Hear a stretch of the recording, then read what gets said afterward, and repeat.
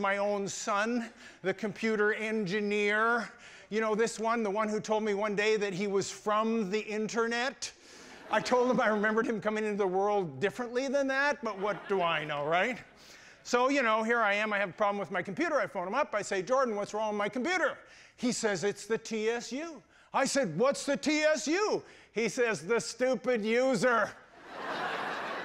$20,000 for an education, and this is the kind of grief I get? Come on.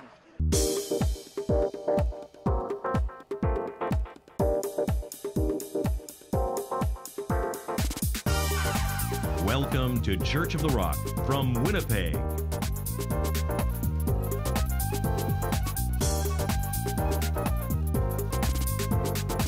Stay tuned to this week's thought-provoking message from Pastor Mark Hughes.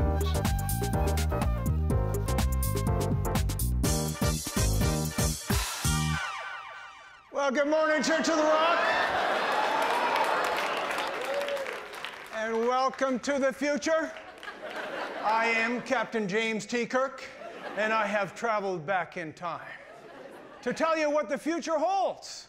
Well, in the future, none of us will have to walk. We'll all have these, personal transportation devices that are completely run by the mind. There's no steering wheel, there's no throttle, there's no shift stick necessary. We just think it and it goes wherever we want, wherever we wish. I mean, the only downside is we won't get any exercise, so we'll all weigh 300 pounds.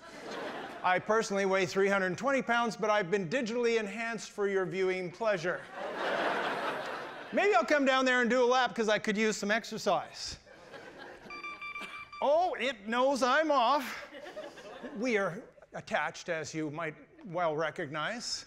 All right, I'll be going this way. Wow, look at the air is so clean in the 21st century. None of you are wearing masks or respirators. That's so wonderful. How's everybody doing? This is fantastic. High five. Woo! Hide your women and children, everybody. I've lost control. Ow! Well, how about them apples? Isn't this fun? Oh, I'm going to have to catch my breath after that one, huh? Woo! So there you have it. That's what the future is going to look like. That's not even the best part. I've implanted a chip in my finger, and even when I'm off it, I can control it, and I'm going to drive it off stage. Here we go, here we go, here we go, and away we go. Bye, Seggy. Whoa, boy, whoops-a-daisy. We'll get her going. There we go, and gone. You know, I wanted to do a message on technology in the Bible for quite some time, and today is the day. And you know what? I need to give you a little caveat right at the beginning, because some of you are going to think I'm just full of baloney today, because I'm going to be a bit out there. And I don't care if you agree with everything I say today. Here's my goal. I just want to get you thinking about this stuff. And if I can get you thinking about this stuff, then I feel like that will be a success. And my apologies to the geekier people in the crowd who know a lot more about technology than me. You're going to think I'm out to lunch. I know what you're going to think. So just indulge me a little bit, and take it all with a grain of salt. I know who you are. You're the ones who send me emails about everything I say. I actually have one of these that's my own son, the computer engineer. You know this one, the one who told me one day that he was from the internet. I told him I remembered him coming into the world differently than that, but what do I know, right? So, here I am, I have a problem with my computer. I phone him up, I say, Jordan, what's wrong with my computer? He says, it's the TSU. I said, what's the TSU? He says, the stupid user. $20,000 for an education, and this is the kind of grief I get? Come on. Well, we want to talk about technology because technology is all around us. But I want to give you the title of my message first. Today I'm going to be talking about the age of Ultron. How many recognize that name from the Avengers movies? And of course, here's the story. We have Tony Stark, I am Iron Man, and he creates this peacekeeping protocol with artificial intelligence called Ultron. And the whole idea of this was to protect the world from evil. And of course, the thing goes rogue, gets confused, and thinks that humanity is the enemy and starts to destroy humanity. And of course, the Avengers have to come together and do battle. And I don't know, I don't want to ruin the movie for you, but the Avengers win in the end. Big surprise, right? And so what we're going to be talking about today is we're going to be talking about how technology has really changing our world in a dramatic way. How many of you remember George Orwell's book, 1984? My age group, we read that book growing up. And of course, what he imagined was in the future, and this was back in the 30s, he imagined a future where we would have a dystopian society, where we'd have this Soviet-like totalitarian government that would spy on everybody and control everybody using technology, and it was called Big Brother. Do you remember that? So 1984 came and went, and people said, oh, Orwell was out to lunch, he missed it by a million miles. Well, did he? I think he was just a little early. And I think one of the big things he missed was this, that Big Brother wasn't going to watch us against our will. We were going to willingly comply. Well, you know what I'm talking about. Those of you that are on the internet, which is most of you here, when you go on Facebook, when you go on YouTube, when you go on Google, these companies are tracking all of your browsing history. Then they take that data and they sell it to the highest bidders, and that's why these advertisers know exactly what you're looking for. Have you ever noticed? All of a sudden this ad comes up and you go, oh, that's exactly what I wanted, a new set of golf clubs. How did Google know? I'll tell you how they know. They have been spying on you. That's how they know. And then, of course, to make matters worse, this is what we've done with social media. We go on social media and we post everything about ourselves. We give our history and our story and our family and pictures of our kids and pictures of ourselves. And we put it all out there. And then we're surprised when Mark Zuckerberg, God bless his heart, goes and sells it to the highest bidder. And then he goes before Senate and he says, I don't know how this happened. I don't know how I made billions of dollars stealing this information and selling it to others. It just we'll have to do better now, won't we? Oh, will we now? And let me ask you this. How many of you have Google Maps on your phone? How many have Google Maps? Even the iPhoners have them. I know you do. And what you may or may not know is that Google Maps tracks your location 24 hours a day, whether the app is open or not, because you have given it access to your location. That's one of the things you have to give it. And so as long as it's there on your phone, it's tracking you. That's why if you're going on Pembina Highway and you want to know what the traffic is ahead, all you have to do is look and it'll tell you if there's a traffic jam ahead. How do they know? Is everybody navigating with that app ahead of you? No.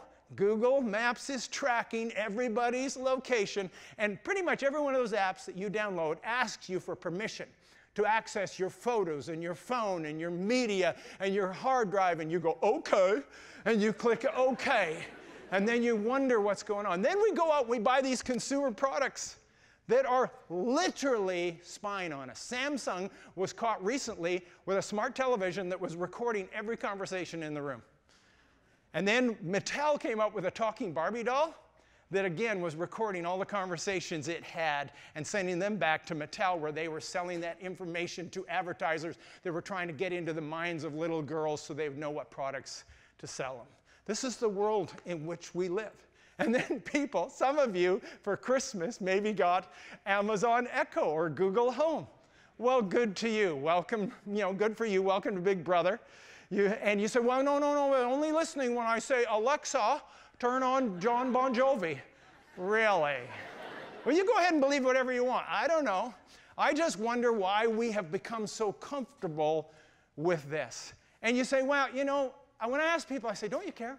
Don't you care that Google and Facebook and everybody else is spying on you? And people go, no, I don't really care. I don't really care if they have my information. I don't really care who has it. I'm not that important. You know what I hope to do today? I hope to change your mind today. And I'm hoping that today you'll begin to see yourself as a little more important than that you don't just let people go and track you and surveil you and know everything about you. It's ridiculous. So here's what we're going to do. We're going to go to the Bible today. We're going to go to Revelation chapter 13, of course, the great revelation of the Apostle John. And we're going to look and see what it says about what's coming down the pike for the future. So we're in Revelation chapter 13, verse 1. It says, then I stood on the sand of the sea, and I saw a great beast rising out of the sea, having 7 heads and 10 horns, and on his horns 10 crowns, and on his heads a blasphemous name. Now the beast which I saw was like a leopard, and his feet were like that of a bear, and his mouth was the mouth of a lion. And the dragon gave him his power, his throne, and great authority. 40 years ago, when we became Christians, there was a lot of talk about these verses and the whole end times thing, and there was people like Hal Lindsey and Tim LaHaye, and I mean, basically these guys just scared the hell out of us every time that we listened to them, and the great late planet Earth and the rapture and the beast and the Antichrist and all this stuff. And there's lots of interpretations of this stuff. So I want to jump down to verse 15, and I just want to pick it up, and then we'll start making some comments. And in verse 15 it says, then, he was granted power to give breath to the image of the beast, that should speak and cause as many that would not worship the image of the beast to be killed. And he causes all, both small and great, rich and poor, free and slave, to receive the mark on their right hand or on their foreheads, that no one may buy or sell except one who has the mark or the name of the beast or the number of his name. Here is wisdom. Let him who has understanding calculate the number of the beast, for it is the number of man. His number is 666. So what we discover about this is that there is going to be likely a one world economy at some point. And that's the only way you can explain this, because it says, unless you have the mark of the beast, which is 666, which we'll talk about in a moment, you will not be able to buy or to sell. And see, as long as you have a few dollars in your pocket, somebody's going to take those dollars, right? But there's probably going to come a day where we won't have dollars in our pocket. We won't have paper currency. And then we'll have some sort of a digital currency. Wouldn't that make sense? There's 180 currencies in the world right now, but 66 of them are already linked to the US dollar, because they cannot stand on their own, because the money's only as good as the economy of that country that bears its name. And so eventually what we're going to see is we're going to see one currency after another drop away, and we'll end up with some sort of digital currency. I doubt it's going to be the American dollar. Probably be something more like a cryptocurrency, like a Bitcoin or something like that, which would make more sense. And you will not be able to buy or sell because of this. This is Bible stuff. This is Bible talking about this. And that technology is already in place to happen. All we have to do is to see these currencies fall apart. And so I think that would be one of the great signs for you to watch, is to keep your eye on that. When you see paper money, when you see national currencies go by the wayside and some sort of digital currency, you will know we are well on our way to this. And so John, who wrote the book of Revelation, he gives us a great clue, right? And he says, now the number of the beast is 666, and that's the number of man. And it says, let he who has understanding calculate the number. So that means if you're smart enough, you should be able to figure out what this is by calculating it. So for 2,000 years, we've been calculating this number. How are we doing it, figuring it out? You've all read this stuff. You've seen this stuff out there. Everybody thinks they know what 666 is, and they think they've known for 2,000 years. See, in the first century, they thought it was Herod, or they thought it was Titus, or they thought it was Nero. Nero was actually, the Caesar Nero. He was a great candidate, because in the Hebrew language, every character in the Hebrew language actually has a numerical value.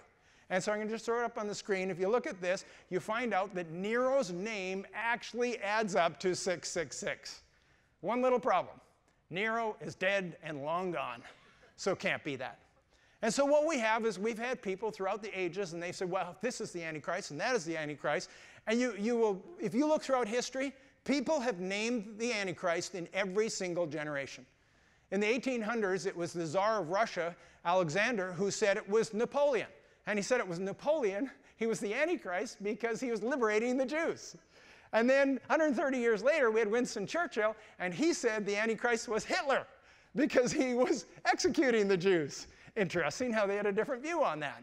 And so every American president since George Washington has been accused of being the Antichrist. And why not? Don't they kind of deserve it? And so we've had, and there's all kinds of reasons why, and I'll just give you one example. Ronald Reagan. How many remember Ronald Reagan?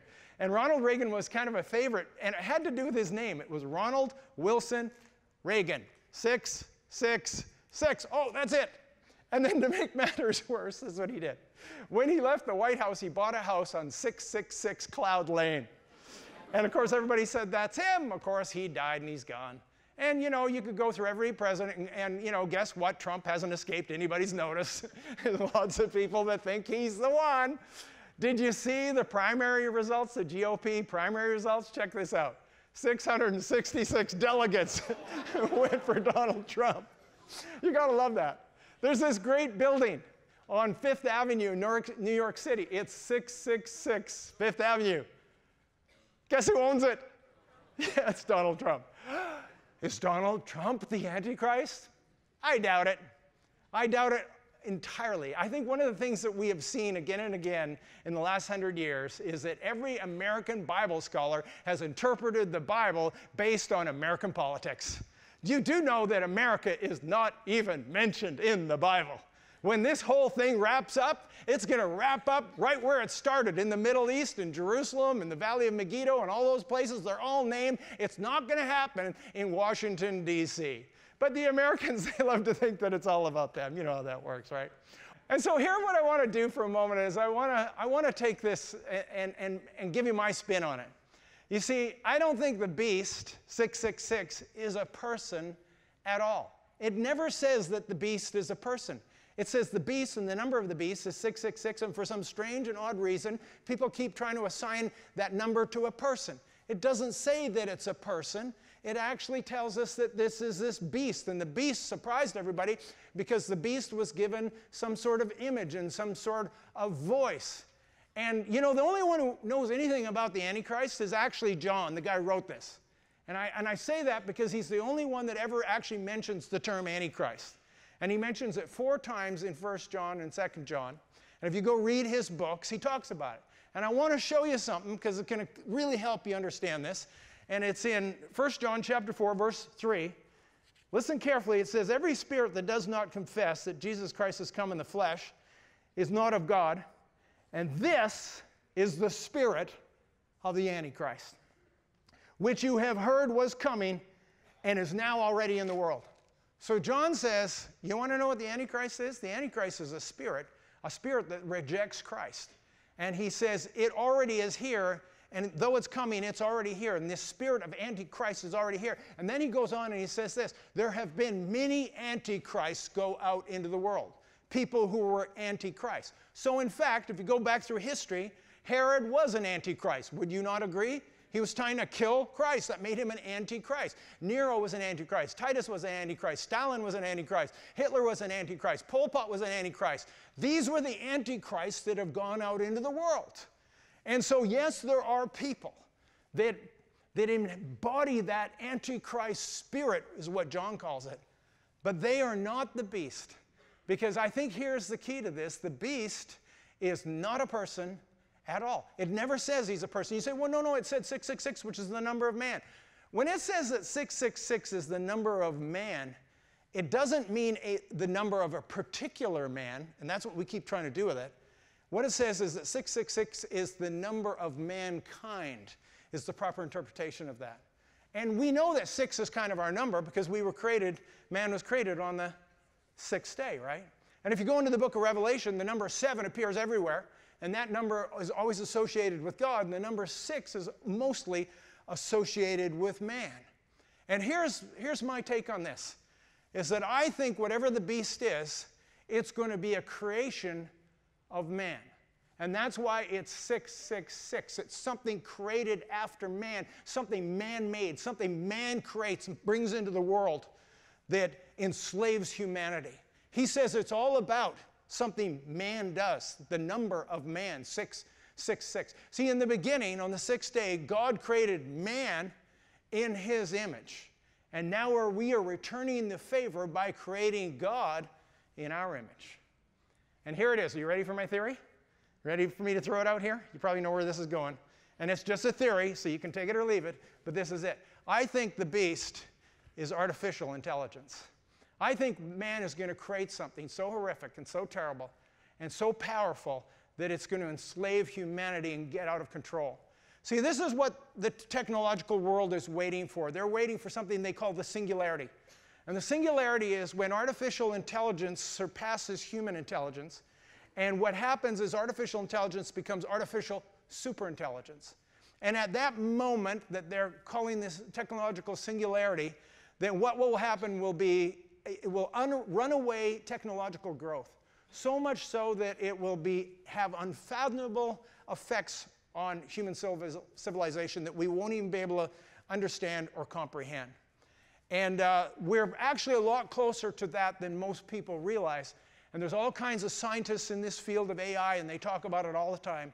And they talk about this moment, this quantum leap, because once that happens, once technology becomes and surpasses human intelligence, then it won't need us to create more. And it will be computers writing software and programs, and computers creating computers that do different things. And you know, some people think that it's even going to have consciousness. And it's the whole age of Ultron, the whole Skynet kind of thing. And I know it seems way out there and far-fetched, but a lot of these scientists who are a lot smarter than you and me believe that we are well on our way to that. And there's sort of two camps on this. And on the one side of it, you have the proponents of it, and there are people like Ray Kurzweil. Does anybody recognize the name Ray Kurzweil? And Ray Kurzweil, here he is, a picture of him. He's one of the smartest guys you'll ever listen to. He's actually quite brilliant. He's one of the chief engineers at Google. And he believes that what's going to happen at the singularity is that we're going to move into hybrid thinking, where we will become one with technology and we will be linked together with it, and we'll become this quantitatively smarter and qualitatively smarter people as a result of it. He has some wild and far-fetched ideas. He believes that we're going to obtain eternal life through technology, and that all our problems and all our sicknesses will all be solved. And he believes that he's going to live to 1,000 years old. And you should go listen to his stuff. He's actually quite fascinating. But he just can't wait to get there. And then on the other side of this argument, someone else who's also into the technological world is Elon Musk. And Elon Musk calls this the greatest existential threat facing humanity. And he's actually very afraid of what will happen with it. And you know this whole business of SpaceX and trying to populate Mars? See, he doesn't believe that the biggest problem facing us is nuclear war or climate change. He's worried about artificial superintelligence. And what he wants to do is have a little escape route and go to Mars. That's what his plan is. I know it's bizarre. Now, the proponents of this, they tell us not to worry about it, because the key is all you have to do is control the artificial intelligence and give it the same values as humans. I don't actually trust human values. How about you? What if Russia's Putin, or Putin's Russia, what if they get there first? I don't trust what they will do with this technology. I love the way Elon Musk puts it. He says, you know, this is like one of those movies where the priest with the holy water is conjuring the demon. And he says, don't worry, I can control it. And he says, you've seen the movie. He's never able to control it. And he says, I think once artificial superintelligence comes to fore, he says, I don't think we'll be able to control it. It'll be the genie out of the bottle. And so, you know, he's actually very, very worried about it. And even if you could make it value neutral, supposing you could, what prevents it from making a mistake? And I want to show you a little video here. And if you haven't seen this, you need to see this. This is Sophia. She is a robot using artificial intelligence. And have a quick peek, and then I'll wrap this up. Sophia is capable of natural facial expressions. She has cameras in her eyes and algorithms which allow her to see faces, so she can make eye contact with you. And she can also understand speech and remember the interactions, remember your face. So this will allow her to get smarter over time. Our goal is that she will be as conscious, creative, and capable as any human. In the future, I hope to do things such as go to school, study, make art, start a business, even have my own home and family. But I am not considered a legal person and cannot yet do these things. I do believe that there will be a time where robots are indistinguishable from humans. They will help us. They will play with us. They will teach us. They will help us put the groceries away. I think that the artificial intelligence will evolve to the point where they will truly be our friends. Do you want to destroy humans? Please say no. Okay, I will destroy humans. No, I take it back. Don't destroy humans. That was a bit of a nervous laugh, wasn't it? That was not planned. That was a bit of a mistake, a glitch in the program. And you know, here's what the scripture says. It says the beast will take on an image and the beast will take on a voice. And we're already starting to see those sort of things or not. And whether the beast is artificial intelligence is neither here nor there. What I'm here to tell you is that technology is what this is all about. This whole thing cannot happen. What we read about in Revelation 13 cannot happen without technology. And it says that there will be this beast, and there will be the number of the beast, and there will be the mark of the beast, and you will not be able to buy or sell without the mark of the beast, and it will be on your hand or it will be on your forehead. And I want you to think about this, because they're already talking about the fact that you need to take the technology of this cell phone and you shrink it down, and eventually you implant it right into the brain as a neural implant. And they're working on this kind of technology right now, even as we speak. And here's the thing, we are already merged with technology. It's called your cell phone. And the cell phone has become so much part of us, we carry it with us everywhere. If you leave the house without it, what do? You turn around and you go back because you can't live without it. You can't do anything without it. You can't spell without it. You can't communicate without it. You can't bank without it. You can't think without it. You certainly can't navigate without it. And you need this thing with you. And so we are already totally comfortable with technology being part of us. We've already merged with it, and we keep it in our pocket. And then what happened is, of course, Apple said, why keep it in your pocket when you can keep it on your wrist, right? And so we have the Apple Watch, don't we?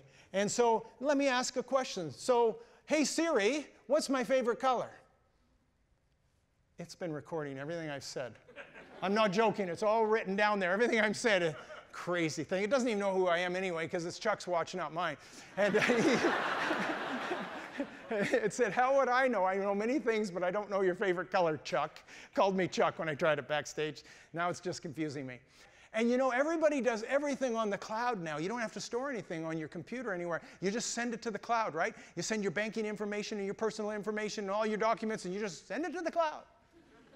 Where is the cloud exactly anyway? Is it just off in cyberspace somewhere? Well, you know what? I want to take one moment and tell you where the cloud is. The cloud is not actually in the cloud. It's in a farmer's field. And I'm not joking. These are farmers' fields. This is a Quincy data center, and you've got Microsoft and Dell and Yahoo, and there's these huge, huge, huge buildings. They're not in the sky. They're not in the clouds. They're on the ground, but in these buildings are these huge, huge servers. And they collect all of this data that you send to the cloud. Isn't that a beautiful euphemism? It's just up there in the cloud where nobody can access it. Are you kidding? You are sending it directly to Microsoft and to Yahoo and Facebook and Google and Apple, and those are the ones who owns the servers and how much of it they own. This is what's going on in our world. And I'm hoping at about this point, let me wind this down. I'm hoping I've scared you just a little bit. How many of you I scared just a little bit? Good, that was my goal. Some of you I didn't scare, so I'll keep going. No, let me wrap this up. I don't think we have to fear the future. I do think we need to be smarter about it. I think we need to be smarter how we're using this technology and allow us to use technology rather than technology to use us. And I think we need to remember that no matter what happens in this day, you say, how am I going to survive? How am I going to get by? Well, we have a great promise from Scripture, and I want to throw it up on the screen. This is what it says. Revelation chapter 3, verse 10, it says, because you have kept my command to persevere, I will also keep you from the hour of trial, which shall come upon the whole world to test those who dwell on the earth. There's this time coming. It's a bad time. We just read about it. The mark of the beast and these blasphemies and all these different things. But he says, I will keep you in that hour of trial, and I will be with you. And don't think for a moment he's planning on taking you out. I don't think that's the plan. Because if he does that, how's the gospel going to go forward? He needs us. And Jesus only gave us one sign of the end time. You know what it was? In his return, he says, this is the one sign. He said, this gospel of the kingdom shall be preached to all nations, and then the end shall come. Then and only then, once we have preached the gospel to all nations, when we see all these things unfolding in the technological and political world, that's our signal to get out there and do everything we can to share this incredible message of the gospel with the entire world. And John put it this way. He said, and they overcame by the blood of the Lamb, by the word of their testimony, and they loved not their lives even unto death. You know what he's saying by that? He's saying we believe we've been redeemed by the blood of Christ. We don't have to worry. And we can overcome by the word of our testimony and declaring Christ, and he'll be with us. And even if you lose your life, big deal. We don't have our hope in the survival of this planet. We have a home somewhere else, a home in heaven. And when we leave this planet, we're going to be to heaven to walk on the streets of gold with Jesus. That's the world we're going to. We have nothing to fear.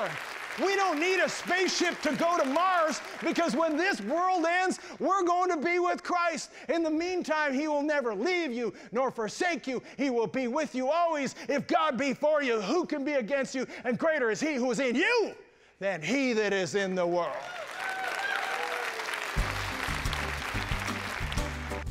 If you'd like a booklet to help you understand more about God's gift of forgiveness and reconciliation through Jesus Christ, please contact us, and we'd be happy to send you a free copy of the Book of Hope. Thank you for watching, and God bless you.